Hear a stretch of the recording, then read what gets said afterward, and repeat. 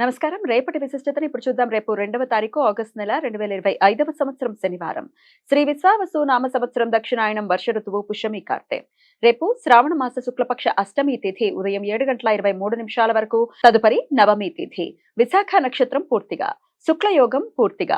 భవకరణం ఉదయం 7:23 వరకు, బాలవకరణం రాత్రి 8:34 వరకు ఉంటాయి. సూర్యుడు కర్కాటక రాశి పుష్యమి నక్షత్రం 4వ పాదంలో రాత్రి 4:08 వరకు, తదుపరి ఆశ్లేష నక్షత్రం 1వ పాదంలో సంచరిస్తాడు. చంద్రుడు తులారాశిలో రాత్రి 11:52 వరకు, తదుపరి వృశ్చిక రాశిలో సంచరిస్తాడు. నక్షత్ర వర్జం ఉదయం 9:57 నుండి 11:45 వరకు, అమృతకాలం రాత్రి 8:43 నుండి 10:30 వరకు. హైదరాబాద్ ప్రాంతం వారికి రేపు సూర్యోదయం ఉదయం 5:56 సూర్యాస్తమయం సాయంత్రం 6:49 చంద్రోదయం మధ్యాహ్నం 1 గంటకు, చంద్రాస్తమయం రాత్రి 12:22 అభిజిత్ ముహూర్తం పగలు 11:57 నుండి మధ్యాహ్నం 12:48 వరకు. దుర్ముహూర్తం ఉదయం 5:56 నుండి దుర్ముహూర్తం ఉదయం 5:56 నుండి 7:39 వరకు. రాహుకాలం ఉదయం 9:09 నుండి 10:46 వరకు. గుళిక కాలం ఉదయం 5:56 నుండి 7:32 వరకు. యమగండం మధ్యాహ్నం 1:59 నుండి 3:36 వరకు. రేపు కౌమారీదేవి పూజ.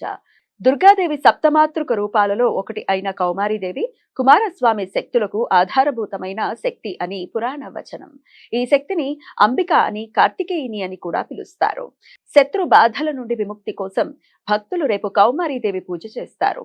తమిళ సాంప్రదాయం ప్రకారం ఆడి పెరుక్కు, దీనినే పదునెట్టాం పెరుక్కు అని కూడా పిలుస్తారు. తమిళ ఆడి మాసం అంటే కర్కాటక మాసంలో 18వ రోజు ఈ పండుగను జరుపుకుంటారు. తమిళనాడులో, శ్రీలంకలో వర్షాకాల ప్రారంభ పండుగగా జరుపుకుంటారు.